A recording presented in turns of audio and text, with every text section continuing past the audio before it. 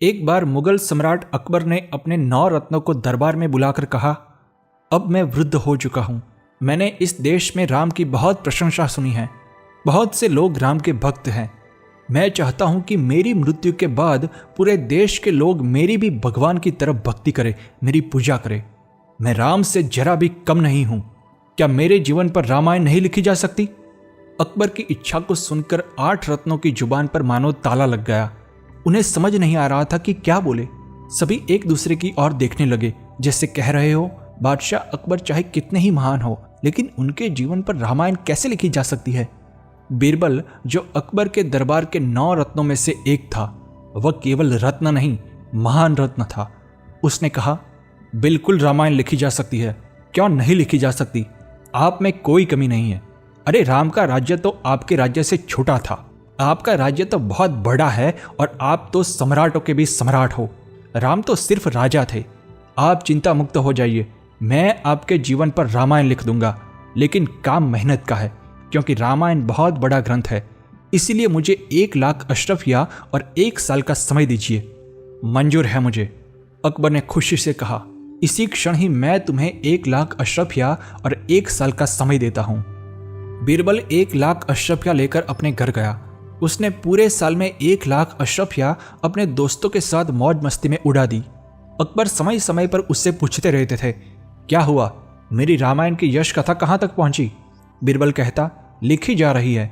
साल पूरा होते ही मैं स्वयं आकर प्रस्तुत करूंगा। साल पूरा हुआ। बीरबल दरबार में आया, लेकिन साथ में कोई पुस्तक वगैरह नहीं लाया।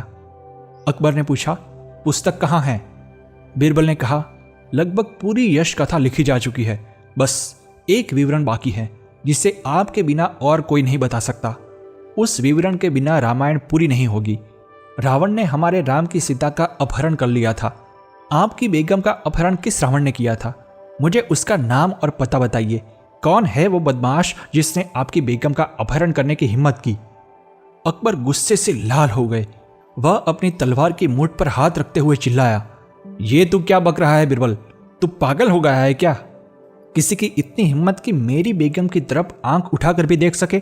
उस हरामखोर की आंखें फुड़वा दूंगा। उसकी जुबान पर अगर उसका नाम आए तो उसकी जबान काट दूंगा। बीरबल ने कहा, महाराज, तो फिर रामायण नहीं लिखी जा सकती, क्योंकि रावण ने हमारे राम की सीता का अपहरण कर लिया था और सीता जी 3 साल तक लंका में अशोक वाटिका में बंद रहीं। इस घटना के बिना तो रामायण नहीं बन सकती। इसमें मजा ही नहीं आएगा। असली बात निकल जाएगी तो पूरी यश कथा बिना नमक के भोजन जैसी लगेगी, बिल्कुल बेस्वाद। अकबर ने कहा, अगर ये झंझट करनी पड़े तो मुझे रामायण नहीं लिखवानी। बीरबल ने कहा, जैसी आपकी मर्जी, लेकिन मेरी पूरे साल की मेहनत व्यर्थ गई। आप कहे तो क्या मैं महाभारत लिखूं? अकबर ने कुछ पल सोचकर कहा, महाभारत का भी बहुत नाम सुना है। यह तो रामायण से भी बड़ा ग्रंथ है। क्या तुम मेरी यश कथा महाभारत के रूप में लिख सकते हो? क्यों नहीं? बीरबल ने हंसते हुए तुरंत कहा, मैं ऐसी यश गाथा लिखूंगा कि लोग सालों तक आपको भगवान की तरह पूजेंगे। लेकिन इसके लिए मुझे 2 लाख अशरफिया और 1 साल का समय लगेगा। दूध का जला छाछ भी फूंक फूंक पर पीता है। इसी तरह अकबर ने कहा, 2 लाख अशरफिया तो दे दूंगा, लेकिन पहले मुझे यह बताओ कि क्या इसमें रावण और सीता वगैरह तो नहीं होंगे? नहीं नहीं, इसमें रावण आएगा ही नहीं। सीता को भी कोई नहीं उठाएगा। इसमें कोई झंझट नहीं है। आप निश्चिंत हो जाइए। बीरबल ने भरोसा दिलाते हुए कहा, पिछली बार की मेहनत व्यर्थ गई, उससे भूल जाओ। जो हुआ सो हुआ। ये लो 2 लाख अशरफिया।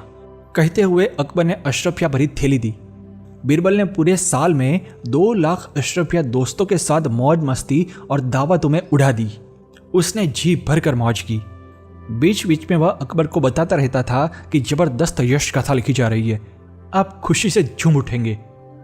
साल का आखिरी दिन आ गया। बीरबल फिर से खाली हाथ दरबार में आया। अकबर ने पूछा, मेरी यश कथा पर किताब कहाँ है? महाभारत कहाँ है? बीरबल ने पूरी शांति से कहा, महाराज, लगभग पूरी यश कथा लिखी जा चुकी है। बस एक महत्वपूर्ण विवरण बाकी है, जिसे आपके बिना कोई नहीं बता सकता। उस विवरण के बिना आपकी यश कथा अधूरी रहेगी। महाभारत में द्रौपदी के 5 पति थे। आप अपनी बेगम के पति हैं, लेकिन उसके बाकी 4 पति कौन हैं? मुझे उसके नाम बताइए।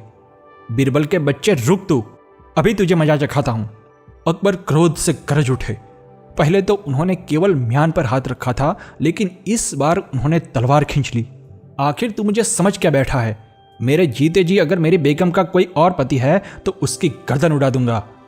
बिरबल ने शांत स्वर में कहा, महाराज, इसमें मैं क्या कर सकता हूं? पहले आप तलवार म्यान में रखकर थोड़ा शांत हो जाइए। आप ही कहते हैं कि रामायण और महाभारत जैसे बड़े ग्रंथों पर आपकी जीवन गाथा वर्णित करने वाली किताब लिखनी चाहिए, लेकिन जब मैं लिखता हूं तो इसमें ऐसी अड़चनें आती हैं। इसमें मैं क्या करूं? अगर आप कहे तो मैं वेद लिख दूं? अकबर ने कहा, नहीं, अब कुछ नहीं लिखवाना। अब मुझे एक बात समझ में आ गई कि किसी और की कहानी किसी और पर लागू नहीं की जा सकती। राम राम थे, मैं राम नहीं बन सकता। मुझे अपने जैसा ही रहना चाहिए। बिरबल ने बंद होठों में मुस्कुराते हुए कहा, देर से ही सही, लेकिन अब आपको बात समझ में आ गई। कई तो ऐसे मूर्ख हैं जो इसे जन्म जन्मांतर तक नहीं समझ पाते।